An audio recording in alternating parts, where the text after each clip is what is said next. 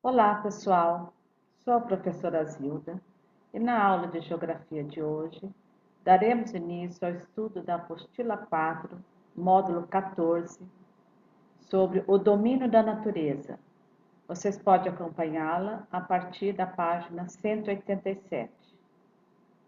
O objetivo desta aula é explicar como se deu o processo de apropriação e construção do espaço geográfico ao longo da evolução das diferentes práticas humanas. Veremos, de uma forma resumida, a evolução da vida na Terra.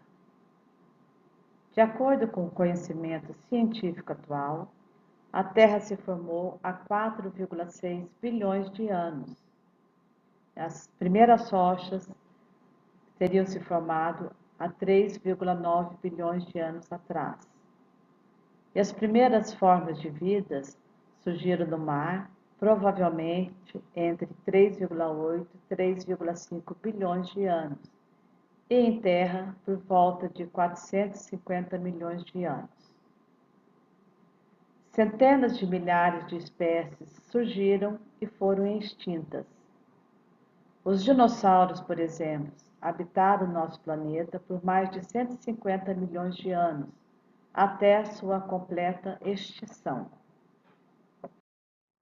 Continuando sobre a evolução da vida na Terra, os humanos são recentes, quando comparados à idade do planeta e ao tempo de existência de outros organismos.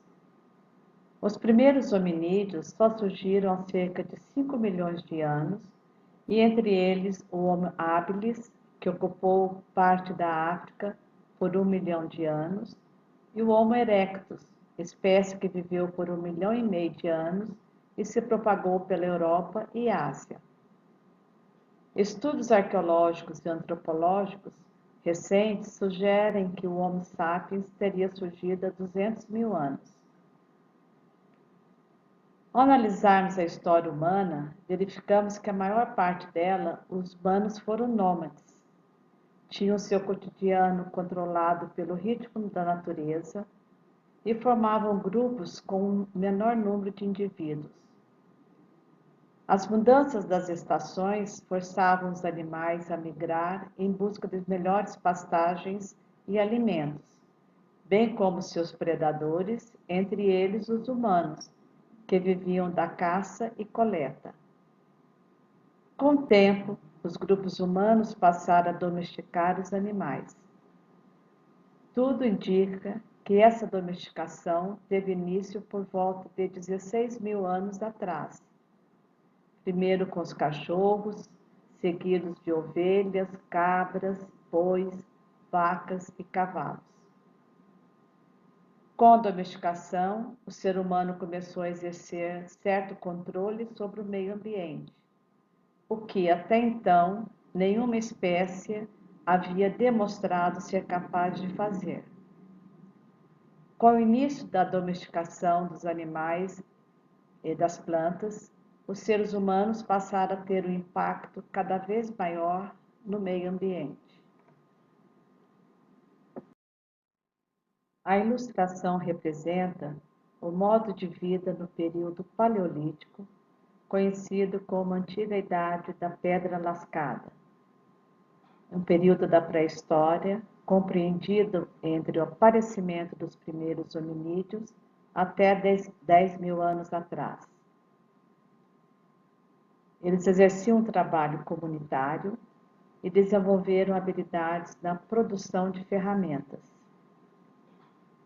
Passaram a dominar completamente o fogo por volta de 500 mil anos atrás e usavam peles de animais para se vestir. O domínio da agricultura. Ela teria surgido entre 10 mil e 12 mil anos atrás. Com o domínio da agricultura e a sedentarização, os seres humanos passaram a interferir de maneira crescente no meio ambiente, selecionando as espécies vegetais que mais se adaptavam às suas necessidades. Essa domesticação em grande escala gera problemas ambientais, uma vez que a vegetação nativa é desmatada para dar lugar às plantações, reduzindo a biodiversidade. Além disso, trouxe como consequência, pela maior oferta de alimentos, o crescimento da população humana. De acordo com as estimativas, a população mundial há 10 mil anos era de 5 a 10 milhões de indivíduos. Em 8 mil anos, a população aumentou para 300 milhões. A produção agrícola e o domínio da pecuária proporcionaram mudanças importantes no modo de vida, incluindo a dieta, o que não significa que a caça e a coleta tenham sido abandonadas. A humanidade passou a adaptar o meio ambiente e a transformá-lo de acordo com suas necessidades. Esse processo foi gradual e ocorreu em diferentes lugares. A maior produção de alimentos possibilitou estocar o que sobrava para as épocas de seca ou de menor produção. E esse excedente de produção passou também a ser trocado com outros grupos. O desenvolvimento de sociedades mais complexas exigiu nova configuração política, com a figura de um líder e a criação de leis para controlar os novos grupos sociais, além de exércitos para defender os territórios.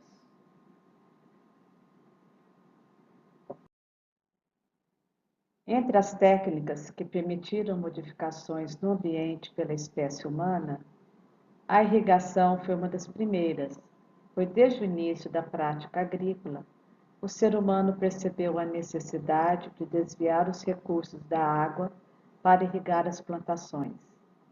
O sistema que vem sendo utilizado de diferentes maneiras por diversos povos ao longo da história.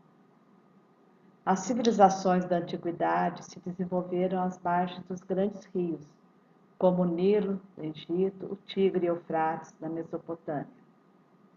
Na América, as civilizações Maia e Inca também desenvolveram sistemas de irrigação. Muitos desses sistemas de condução, irrigação e distribuição da água, com mais de 3 mil anos, continuam sendo utilizados até os dias atuais. Atualmente, a irrigação é responsável pelo uso da maior parte da água do Brasil e do mundo.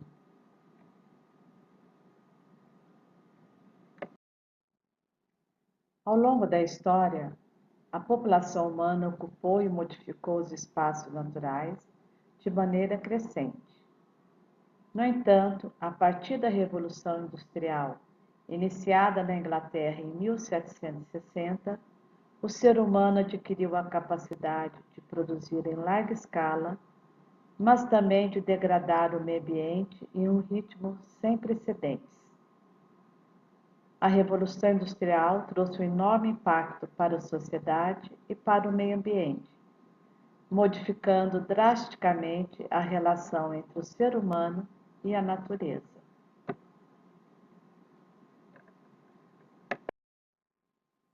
Entre os impactos para a sociedade e o meio ambiente ocasionados pela Revolução Industrial, podemos destacar a mudança à vida tanto no campo como nas cidades.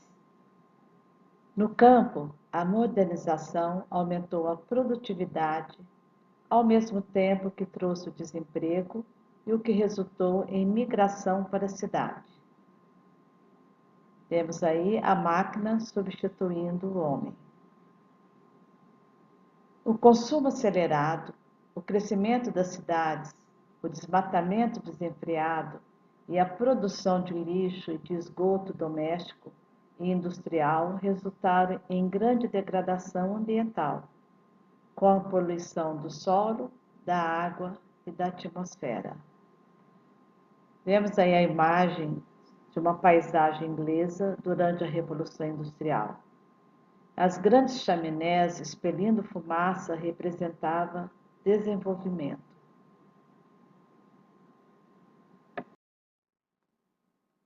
A expansão humana nas diversas regiões do planeta ocorreu de maneira desigual, uma vez que obstáculos naturais, como elevadas montanhas, áreas geladas e desertos, dificultaram esse movimento. Nós podemos dividir as regiões do planeta em duas áreas, as ecúmenas e anicúmenas. As ecúmenas, que quer dizer terra habitada ou área habitável, são as áreas favoráveis à ocupação, por elas terem um relevo mais plano, maior proximidade dos rios e mares, um clima agradável. Elas correspondem a cerca de 2/3, ou aproximadamente 100 dos 150 milhões de quilômetros quadrados das terras emersas do planeta.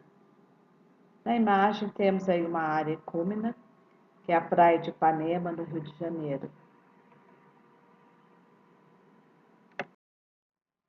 Os 50 milhões de quilômetros quadrados restantes das terras emersas do planeta são áreas denominadas anecúmenas, isto é, de baixo povoamento, devido a obstáculos naturais como as elevadas montanhas do Himalaia e os Andes, o deserto como o do Saara e as áreas geladas como a Antártida, a Groenlândia e a Sibéria. Mesmo nessas regiões, a rigor, apenas a Antártida permanece desabitada, exceto em alguns locais onde se encontram bases científicas de diversos países.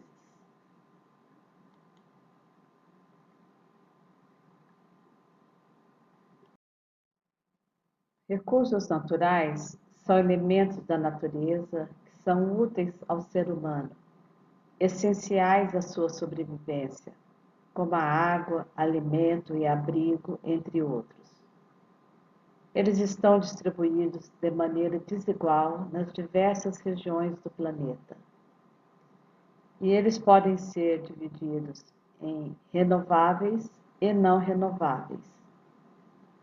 Os recursos naturais renováveis existem em grande quantidade e se renovam rapidamente nos ciclos da natureza, como o vento, a água, as marés, as plantas e os animais.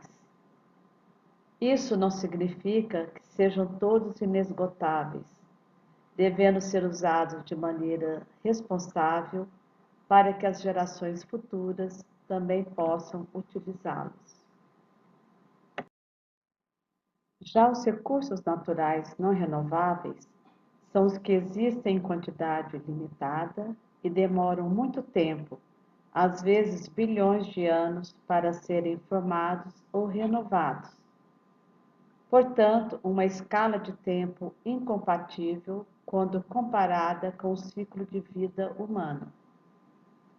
Destacam-se os combustíveis fósseis, como o petróleo e o carvão mineral, e os recursos minerais, como o urânio, a prata, o cobre, o ouro e entre outros.